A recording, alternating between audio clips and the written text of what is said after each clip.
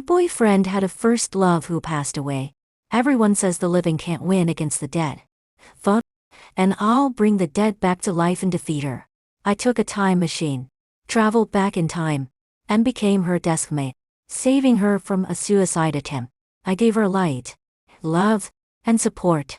In the end, I became her first love.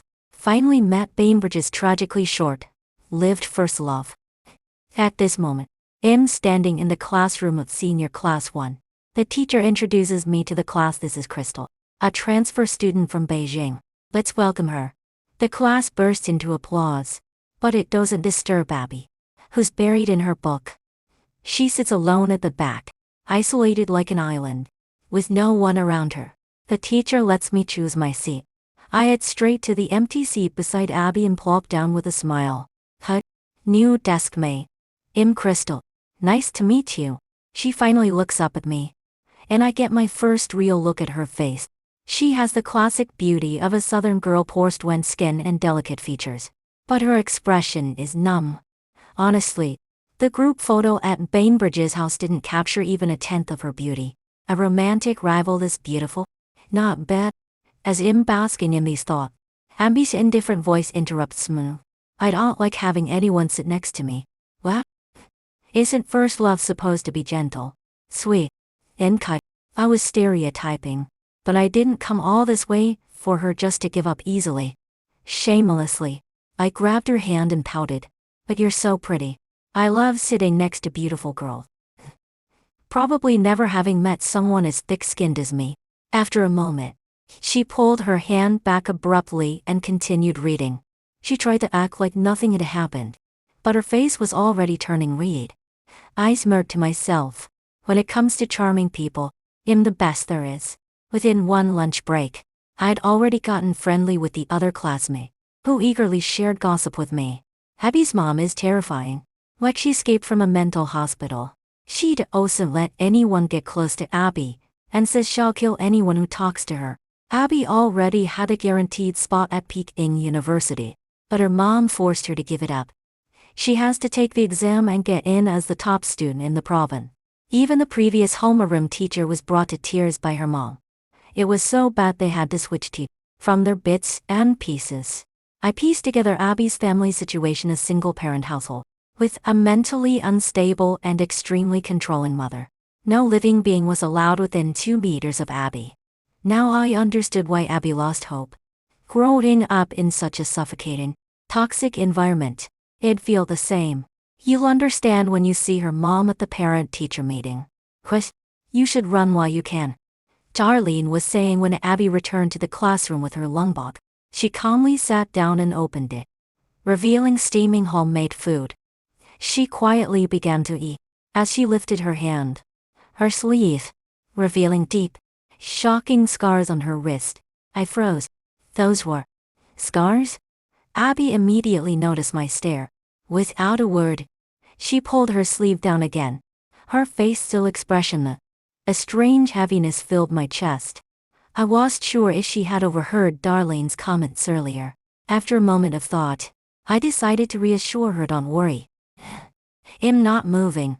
I'll sit right here. Anne paused mid-motion, in a quiet voice. They're right. It's better for both of us if you move. She spoke without looking at me. Her eyes lowered to her food, dampening her long eyelashes. Her face was cold, but she looked as if she might break. Even though she said to move away, it felt like I could hear her heart crying out, "Don't leave." Then naturally took the phone away, smiling as he said, "You never used to watch these kind of emotional videos." Angrily, I said, "What do you mean?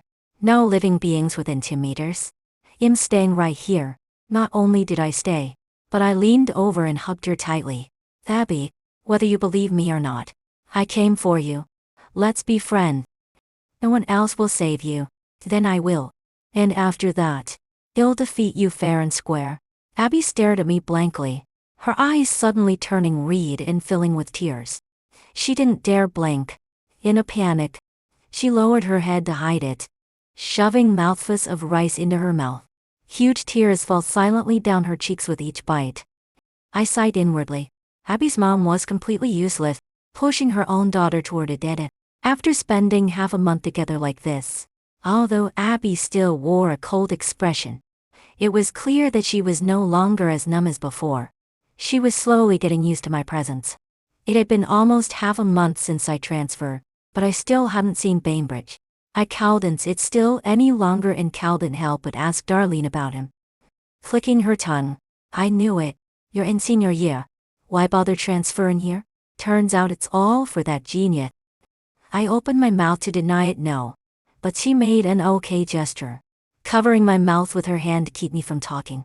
Then she raised her eyebrows at me, looking as if to say, no need to explain. I understand. You can fool me, but can you fool your own heart? What kind of ridiculous line was that? My head was spinning. You should really consider writing novel. Her eyes lit up, as if she had found a kindred spirit. You think so too? I'll write a story for you and Chen. A brave girl chasing love. Plucking the flower from the top of the mountain, inspiration struck, and she rambled on. I turned away, helplessly, just in time to meet Abby's gaze, who was standing behind me. I didn't even notice when she had come back. She looked at me expressionlessly, her gaze a bit cold. For some reason, I felt a twinge of guilt, although I didn't even know why. I fidgeted, my body making 1,000 small movements. Abby returned to her seat. After a moment, she spoke calmly. Bainbridge has already been given a guaranteed spot, so he doesn't need to come to class. It's going to be hard for you to wait for him at school. I scratched my head. Is that so? I never heard Bainbridge mention it during our relationship. It turns out he was also guaranteed admission. He and Abby really were a match. My ordinary university looked utterly insignificant next to these two academic stars.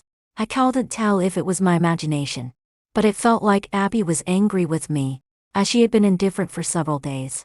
That day during lunch break, I went to a milk tea shop and bought 2 cups of taro bubble milk tea, hoping to make peace with Abby. When I walked into the classroom, I found a noisy crowd gathered.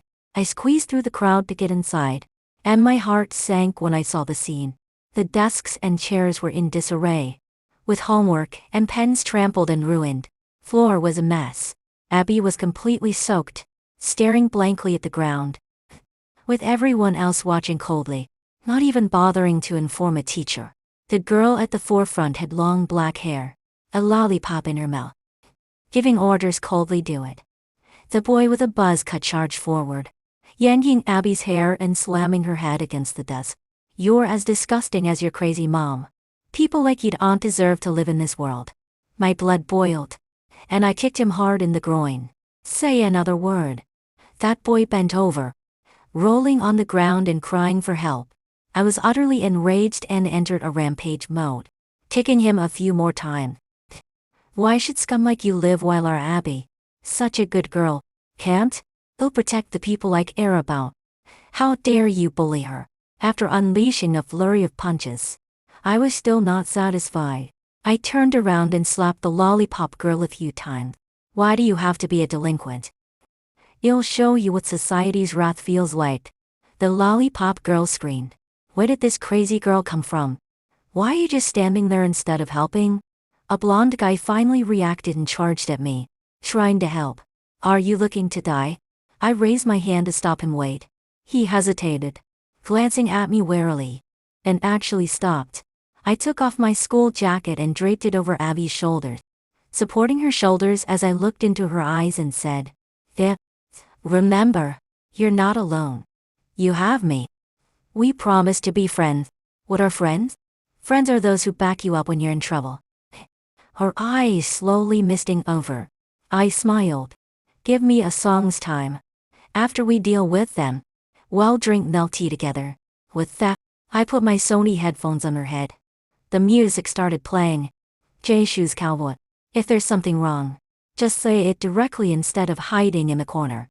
If you're unhappy, argue to the end. What the attitude? Do you even know anything about basketball? If you have got, don't leave. Let's do a 3-on-3. The fight will end when the song is over. A few pathetic figures lay on the ground, groaning in pain.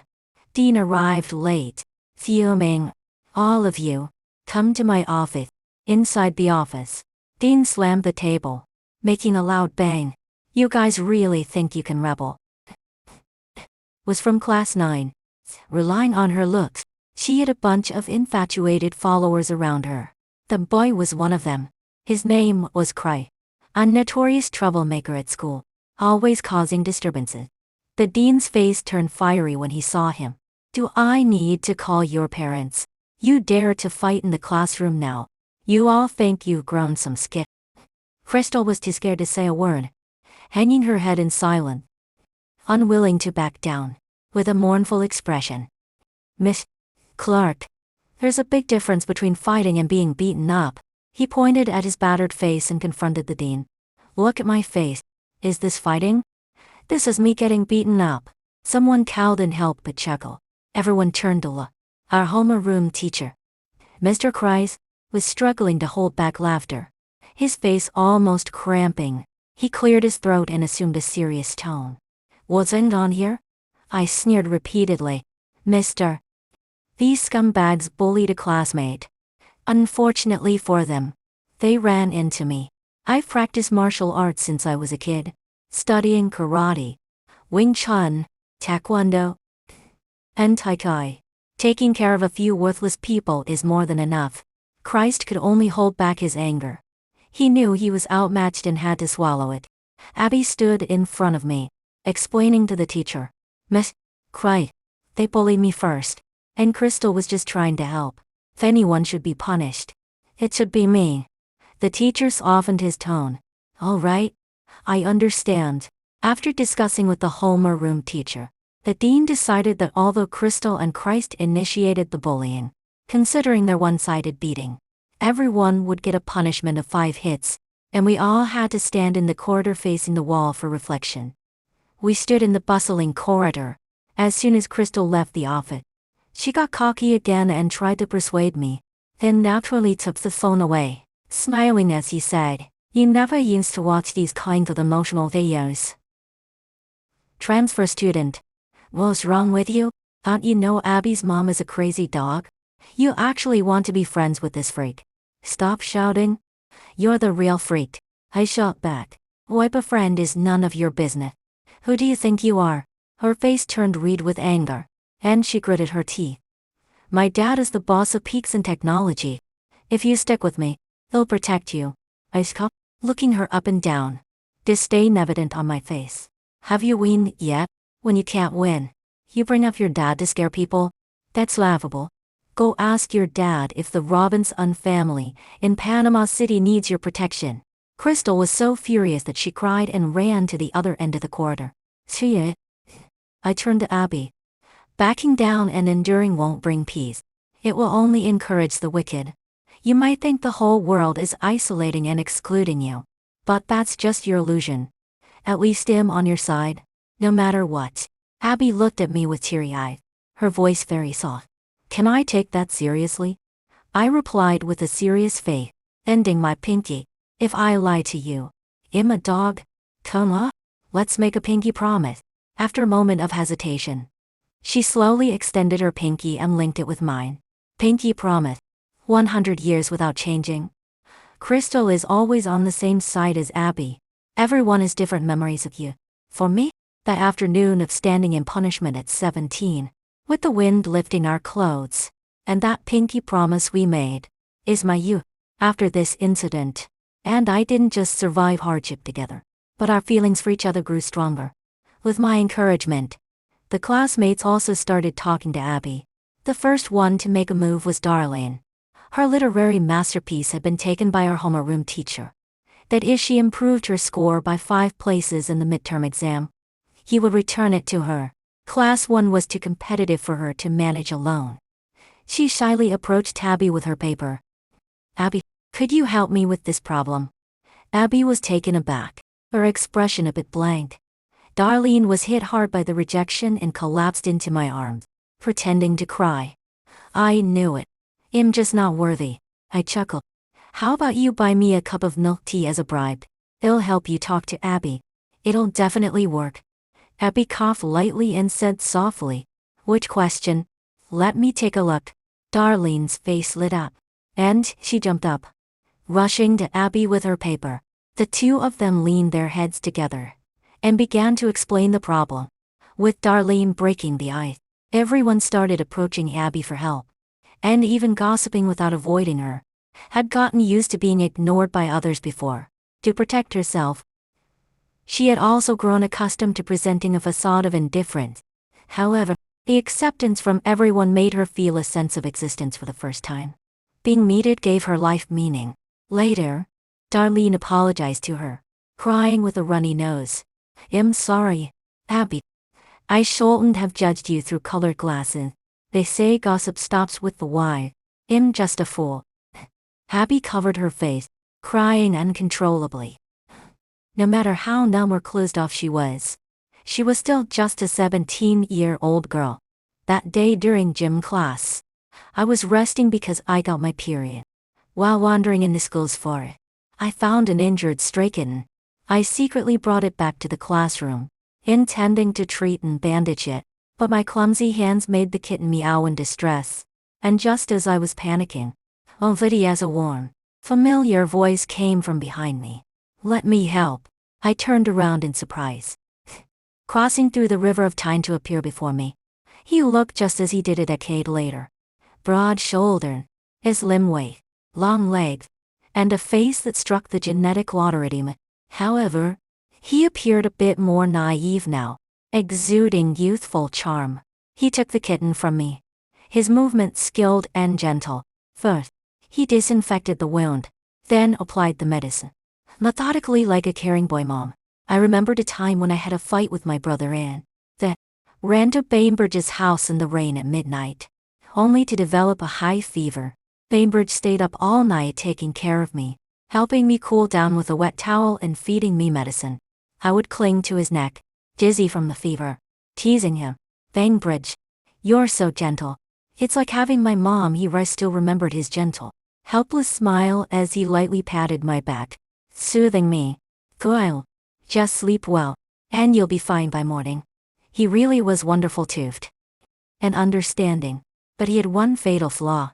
I found out about Bainbridge's deceased first love after we had been dating for a year. I was deeply entrenched and unable to extricate myself. If I had known about this before we started dating, I would have run away without a second thought. There was no way I would jump into that fire. But I found out too late.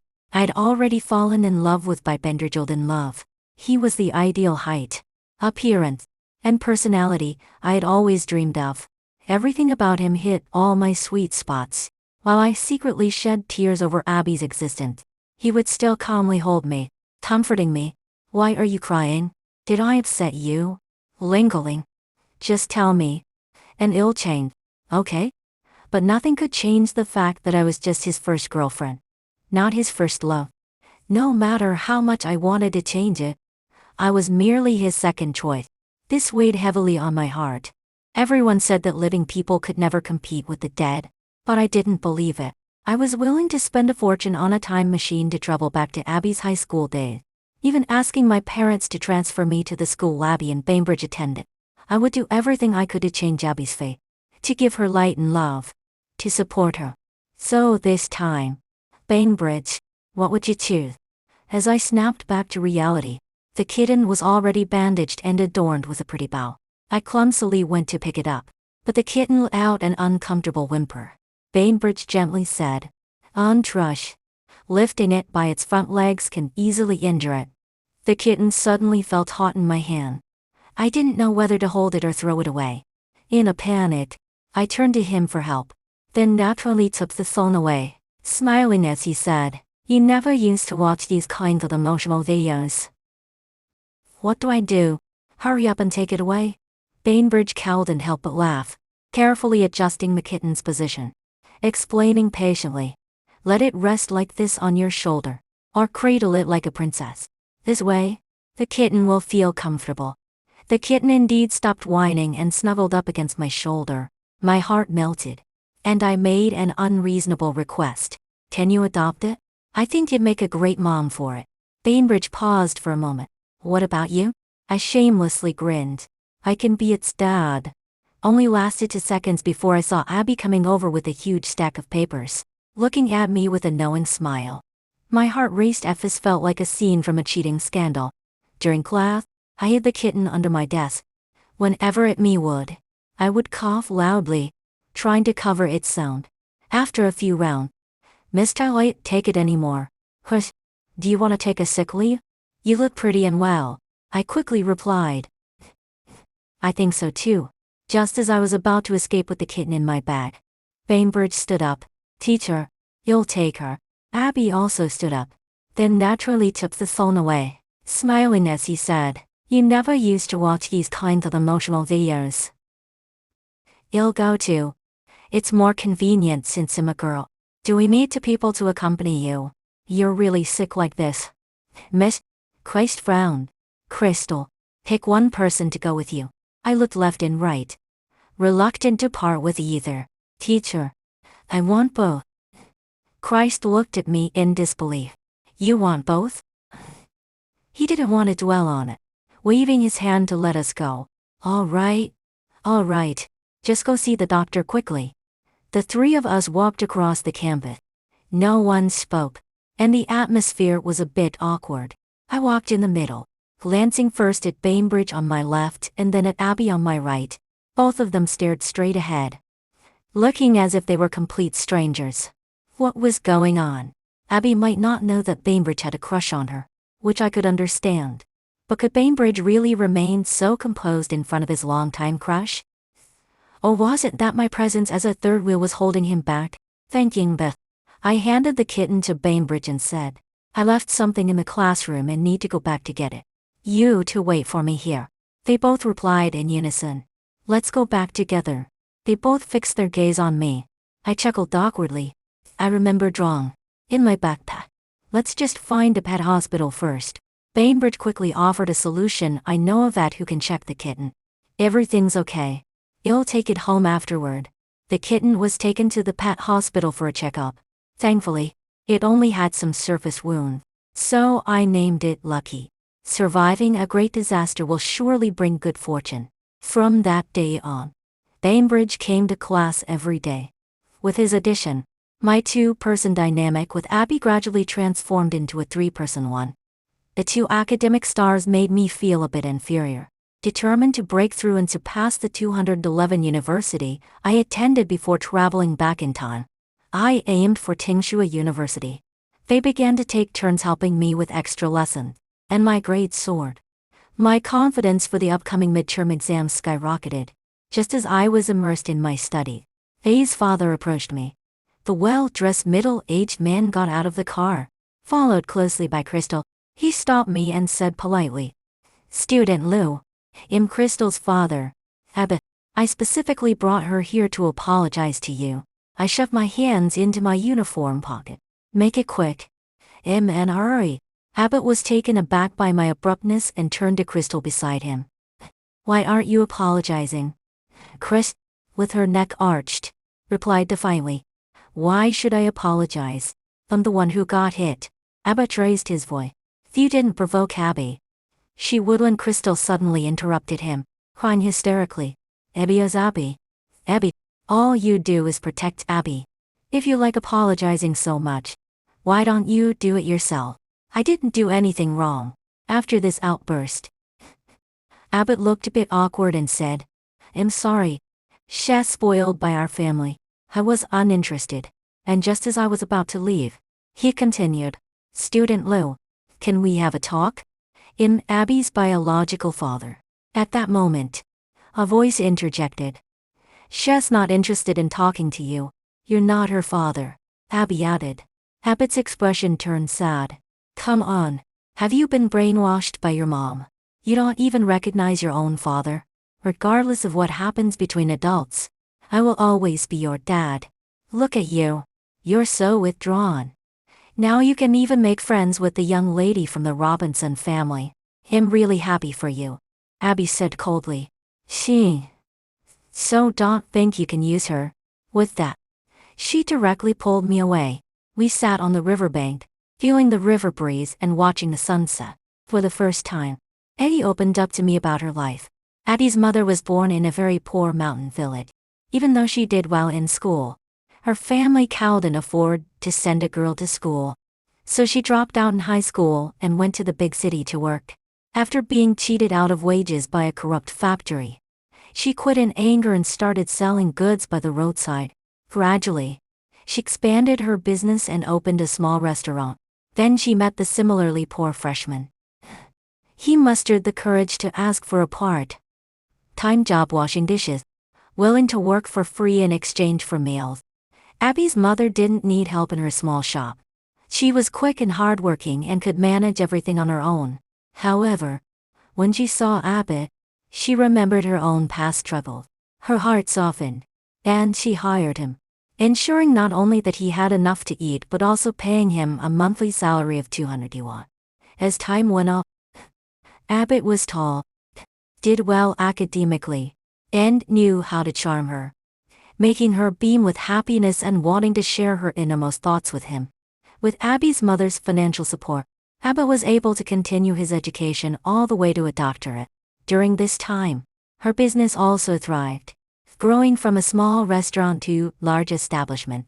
Eventually, they married and had Abby. When Abby was 6 years old, the two restaurants went bankrupt due to poor management, losing a significant amount of money. Trouble didn't come alone. Abby's mother discovered that Abbott had been cheating on her for a long time. The other woman was his junior female student, and their daughter Crystal was even just a few months younger than Abby. She was devastated and caused a scene. But Abbott disdainfully said, "You didn't even finish high school. And I graduated with a PA. The gap between us is too big. I talked to you about research and paper. And you talked to me about the rising price of meat and how customers like the dishes you've developed. We have no common ground at all. Do you know how painful it is to face you every day at home?" Abby's mother was deeply hurt, and they ultimately divorced. She closed both restaurants and became a full-time single mother, dedicating herself to raising Abby, determined to cultivate her into a female PH. To slap Abbott in the face. At first, her controlling nature wasn't so strong. But after the divorce, as Abbott thrived and his company peaks in technology, the media dug up details about his previous marriage and interview. He maliciously smeared his ex-wife, portraying her as a crude, unreasonable madwoman. Abby's mother was enraged and began smashing things at home. She became anxious and irritable, fully transforming into the madwoman Abbott described. She forbade Abby from making friends and insisted she focus solely on her study, telling her, "I will invest everything in you. You must rank first in your grade. And, every time, you must be first," crushing that little Mistress Crystal beneath your feet, making that scumbag Abbott regret it. Had to be first, even when she had the opportunity for direct admission to university. Her mother forced her to give it up because only taking the college entrance examination and becoming the provincial top scorer would be the best slap in Abbott's face. From the moment they divorced, Abby became a tool for her mother to vent her anger and seek revenge. As the sun set and night fell, a layer of mist enveloped the river's surface. Eyes held a gloomy despair, and her expression was cold as she said, "Then naturally took the soul away," smiling as he said, "You never used to watch these kind of emotional videos. I've thought about this for a long time. I think we shouldn't be friends anymore." I was taken aback and firmly refused. "I don't agree." She glanced at me with a cold look. "You don't need to agree.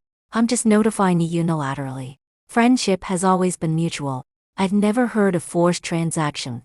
You were the one who shamelessly attached yourself to me from the beginning, deliberately affecting my study, wanting to pull me down from the pedestal and become an ordinary person like you. My mom is right. All emotions are unnecessary and will only cloud judgment. Only absolute rationality can achieve success.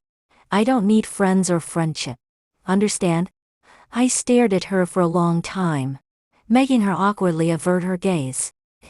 This tactic is really old-fashioned.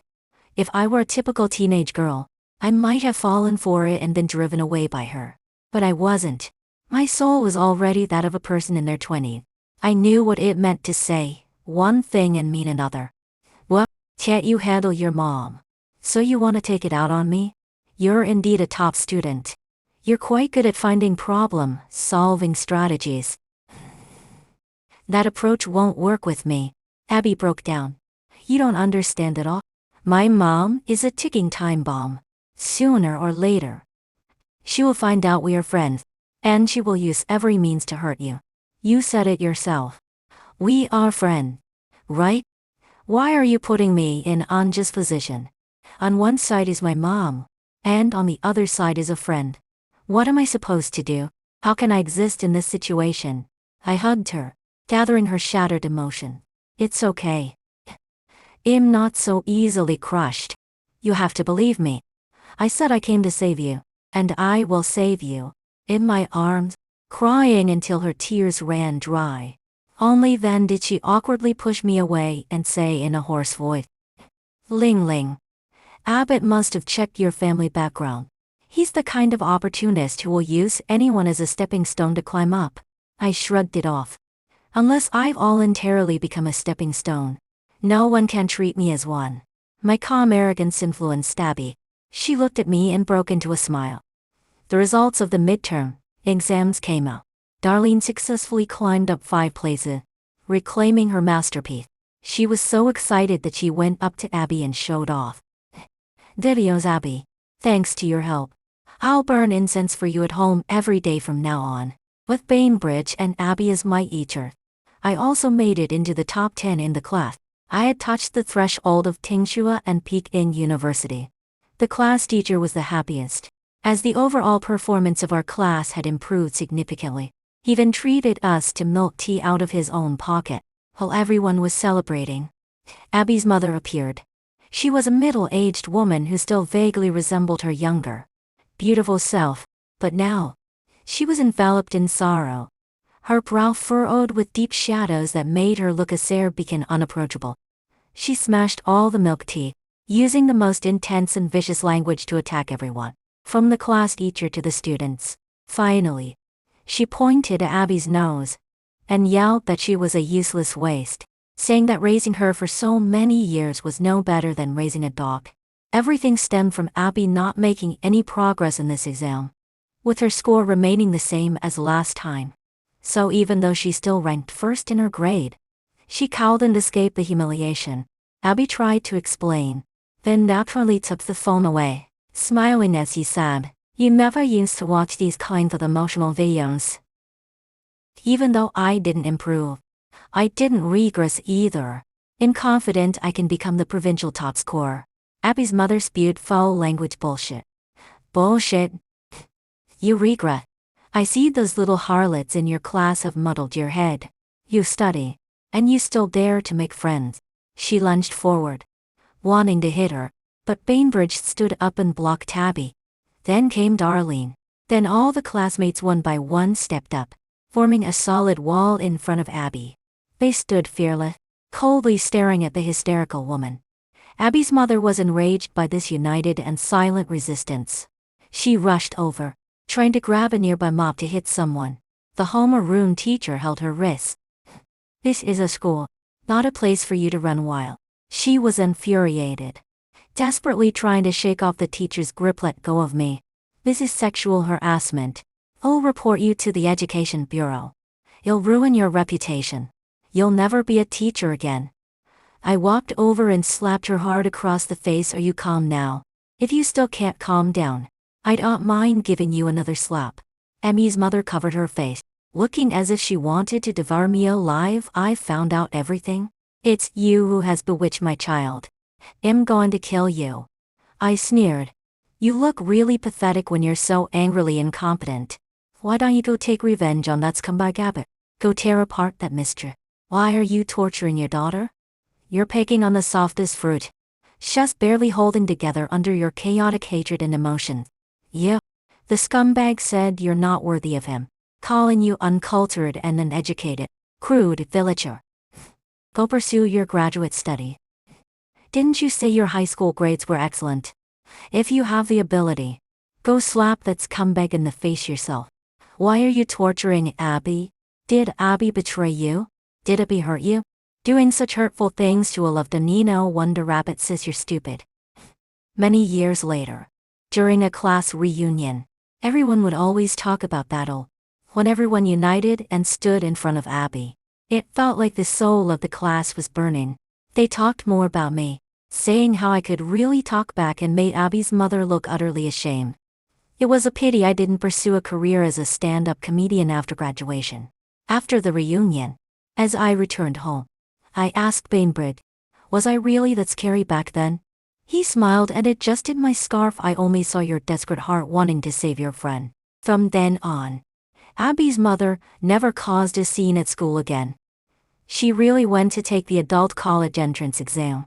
She began studying at home diligently, even asking Abby for help with difficult questions. She also sought out a psychologist and actively sought treatment. Abby's smiles became more frequent, and in just a few months, she transformed from gloomy state into one full of vitality.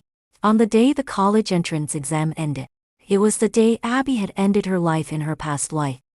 She didn't even wait for her results and jumped from a high building. Now, I had finally changed the outcome of her death. On the day the results were announced, my score was much higher than in my past life. I still couldn't get into Tingshu or Peking University.